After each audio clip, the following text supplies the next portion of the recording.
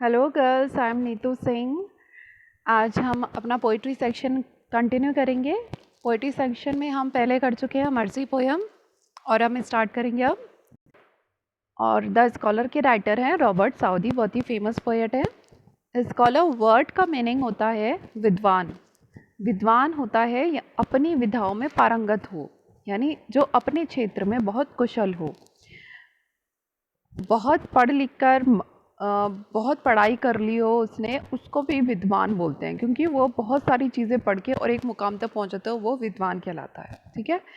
Robert Saudi एक scholar की मनोदशा का वर्णन करते हैं इस पोयम में कि एक विद्वान क्या सोचता है जब वो अपने पुराने राइटर्स और पोएट की कविताएं पढ़ता है। तो वो कहता है कि जब मैं अपने पुराने पूर्वजों की जो कविताएं और रचनाएं पढ़ता हूँ तो मैं अपने आप को बहुत कृतज्ञ मानता हूँ, यानी उनका ऋणी मानता हूँ कि वो मेरे लिए इतनी अच्छी अच्छी कविताएं और लेख लिखे गए हैं। मैं उनके साथ ही अपना जीवन बिताता हूँ और चाहता हूँ कि मैं भी उनके जैसा ही बनूँ, यानी जैसे वो स्कॉलर उनकी कविताएं और रचनाएं पढ़ रहा है, ऐसे ही आने वाली पीढ़ी भी उसकी कविताएं पढ़े।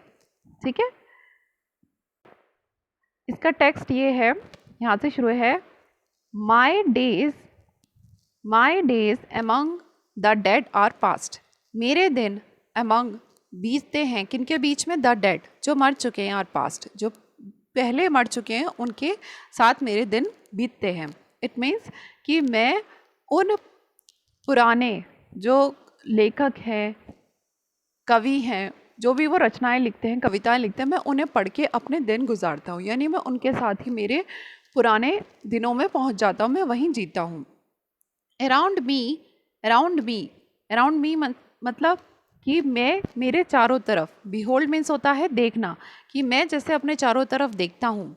वेयर एवर, जहाँ भी देखता, जहाँ भी, दीज कैजुअल आइज, ये आकस्मिक आंखें, कैजुअल मीन्स आकस्मिक आंखें, आर कास्ट, फेंकी जाती है, कास्ट मीन्स फेंकना, तो जहाँ भी फेंकी जाती हैं, इट मीन्स कि जहाँ भी मेरी ये आकस्मिक आंखें फेंकी जाती हैं, यानी जहाँ भी मैं अपने चारों तरफ जहाँ भी देखता हूँ तो मुझे क्या दिखाई देता है?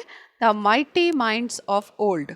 Mighty minds of old means उन शक्तिशाली दिमाग ऑफ ओल्ड, उन पुराने शक्तिशाली व्यक्तियों के दिमाग को देखता हूँ। इट मीन्स कि उनकी रचनाओं के बारे में सोचता हूँ और मुझे सिर्फ उनकी रचनाएं और जो लेख हैं उनके वही दिखाई देते हैं, क्योंकि मैं उन्हें ही पढ़ता रहता हूँ। माई नेवर फेलिंग फ्रेंड्स। माई नेवर मीन्स होता है कभी नहीं। ठीक है। तो माई नेवर फेलिंग मीन्स होता है असफल होना। My never failing friends are they, कभी और न असफल होने वाले मेरे जो मित्र हैं वो कौन है? वो पुराने लेखक और कवि हैं। विद whom मित होता है जिनके साथ, आई कन्वर्स मत होता है बातचीत करना, डे बाय डे, मैं उनके साथ दिन ब दिन बातें करता रहता हूँ। इसका मतलब है उनसे बातें करता रहता हूँ कि वो उनकी रचनाएं पढ़ता रहता है, किताब उनकी लाइब्रेरी में बैठ कर उनकी किताबें पढ़ता रहता है, यानी उनसे वो बातचीत करता है, क्योंकि वो उनके आचारों और विचारों को तो पढ़ता है, तो वो उनसे बातें करता रहता है।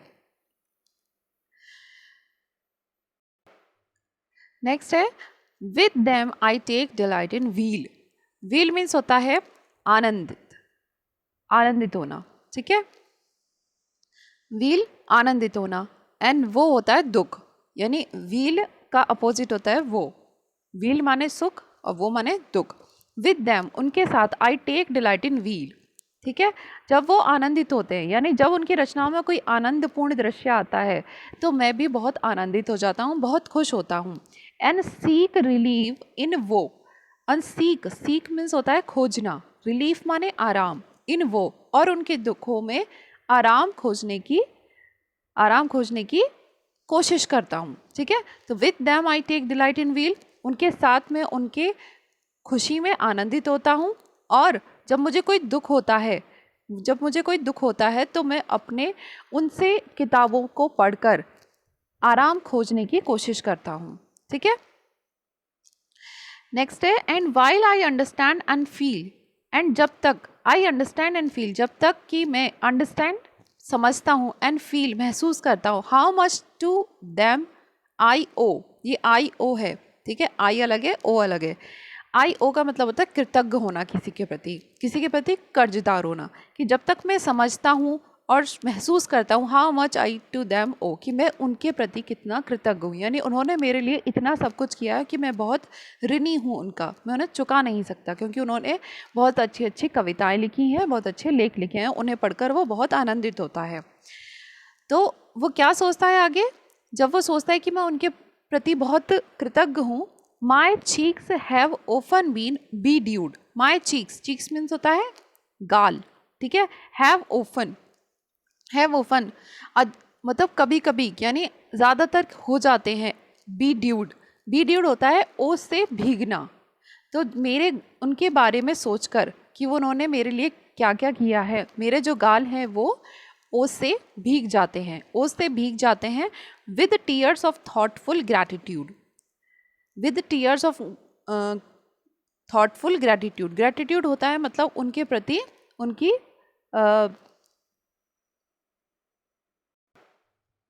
थॉटफुल ग्रैटिट्यूड, यानी विचारशील कृतज्ञता के बारे में सोचता हूँ। अब देखो यहाँ से, my cheeks have often been bedewed with tears of thoughtful gratitude, कि मेरे जो गाल हैं उनकी कृतज्ञता को देखकर, उनके विचारशील कृतज्ञता को देखकर भीग जाते हैं, यानी ओस रूपी आंसुओं से मेरे जो गाल हैं वो भीग जाते हैं, ठीक है। यानी वो रोने लगता है उनकी कृतज्ञता को देखकर कि वो कितना अच्छा मेरे लिए लिख कर गए। नेक्स्ट है, my thoughts are with the dead. मेरे जो विचार हैं उन मृतकों के साथ हैं, विद दैम उनके साथ हैं, यानी मेरे जो विचार हैं, यानी मेरे जो विचार बन रहे हैं उन किताबों को पढ़कर वो उन्हीं के हैं, उनके साथ ही हैं। I live in long past years. मैं बहुत ही पिछले, लॉन्ग पास्ट मतलब बीते हुए लॉन्ग लंबे समय से उन्हीं के साथ जीता आ रहा हूँ। दियर वर्च्यूज़ लव, दियर फॉल्स कंडम। दियर वर्च्यूज़ लव, वर्च्यूज़ मीन्स होता है गुण, मैं उनके गुणों को प्यार करता हूँ।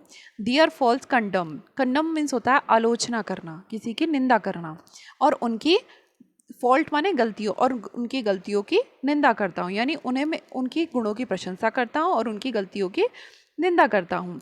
Partake their hopes and fears. Partake होता है प्रतिभाग करना, यानी शामिल होना। Their hopes and fears, hopes means आशा, फियर्स मीन्स डर, यानी मैं उनकी आशाओं और डर दोनों में प्रतिभाग करता हूँ, यानी उनकी आशाओं और डरों में उनके साथ रहता हूँ उनकी किताबों के ज़रिए। And from their lessons seek and find. और फ्रॉम दियर लेसन्स मत होता है पाठ, ठीक है, यानी जो वो लिखते हैं उनसे मैं क्या सीखता हूँ, ठीक है, ये बता रहा है। एंड फ्रॉम दियर लेसन्स, उनके द्वारा लिखे गए लेसन से मैं क्या सीखता हूँ। सीक एंड फाइंड, खोजता हूँ और पाता हूँ। Instruction with an humble mind. मतलब एक निर्देश पाता हूँ एक विनम्र दिमाग के साथ, यानी उनकी इतनी अच्छी कविताएं होती हैं, उनके इतने अच्छे लेख होते हैं कि मैं उसमें बहुत ही रिलीफ पाता हूँ, एक विनम्र दिमाग बन जाता है मेरे उनके द्वारा दिए गए निर्देशों से। Instruction with an humble mind, ठीक है, निर्देशों के द्वारा मेरा एक जो दिमाग है वो बहुत ही विनम्र बन जाता है। नेक्स्ट है, my hopes are with the dead and my place with them will be. My hopes with are dead, कि मेरी जो आशाएं हैं वो भी उन मृतकों के साथ हैं। एनन मीन्स शीघ्र ही, my place with them will be, my place मेरा स्थान, विद दैम उनके साथ होगा, यानी जहाँ पर वो हैं मेरा भी स्थान वहीं पर होगा। And I with them shall travel on through all futurity. And I with them, और मैं उनके साथ shall travel on through, travel means यात्रा करूँगा, थ्रू ऑल फ्यूचरिटी भविष्य में, फ्यूचर मीन्स होता है भविष्य, यानी आने वाले पूरे भविष्य में उन्हीं के साथ यात्रा करूँगा। इसका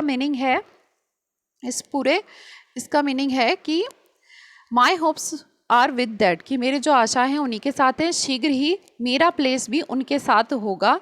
and I with them shall travel on through all futurity, और आई मतलब मैं उनके साथ शैल करूँगा, ट्रेवल यात्रा, थ्रू ऑल फ्यूचरिटी फ्यूचर में मैं उनके साथ यात्रा करूँगा। इसका भावार्थ है कि वो उनके साथ, जैसे अब वो उनकी रचनाएं पढ़ रहा है यानी वो पास्ट थे, अब जो वर्तमान चल रहा है उनकी कविताएं पढ़ रहा है रॉबर्ट साउदी, तो वो चाहता है जैसे मैं उनकी कविताएं पढ़ रहा हूँ, आने वाली पीढ़ी भी मेरी कविताएं पढ़े। Yet living here a name, yet living here a name, yet माने छोड़ जाऊँ, लिविंग मीन्स छोड़ जाऊँगा, हेयर यहाँ, अ नेम एक नाम छोड़ जाऊँगा। आई ट्रस्ट और मैं विश्वास करता हूँ, that will not parish in the dust, that कि वो जो नाम है, विल नॉट पैरिश, पैरिश होता है धूमिल होना, धुंधला होना, इन द डस्ट धूल में। तो मैं ये सोचता हूँ और ये मैं मानता हूँ, मैं जो विश्वास है कि मैं अपना एक यहाँ पर नाम छोड़ जाऊँगा, दैट विल नॉट पैरिश, जो धूमिल नहीं होगा धूल में। यानी मेरी जो कविताएं हैं वो इतनी अच्छी लिखूँगा मैं कि जैसे पूर्वजों की कहानियाँ हैं और पूर्वजों की जो कृतियाँ हैं उनको मैं पढ़ता हूँ, वो उनकी धूमिल नहीं है, उसी प्रकार मैं भी कविताएं लिखूँगा और आने वाला फ्यूचर मेरी कविताओं को पढ़ेगा और मेरा नाम धूमिल नहीं होगा, यानी मेरा नाम किसी सामान्य व्यक्ति की तरह डूब नहीं जाएगा, मेरा नाम सभी याद रखेंगे। ठीक है, होप आपको ये पोएम पसंद आई होगी और इसको अच्छे से पढ़ना। आप कोई भी प्रॉब्लम हो तो कल आप मुझसे डिस्कस करेंगे, ठीक है।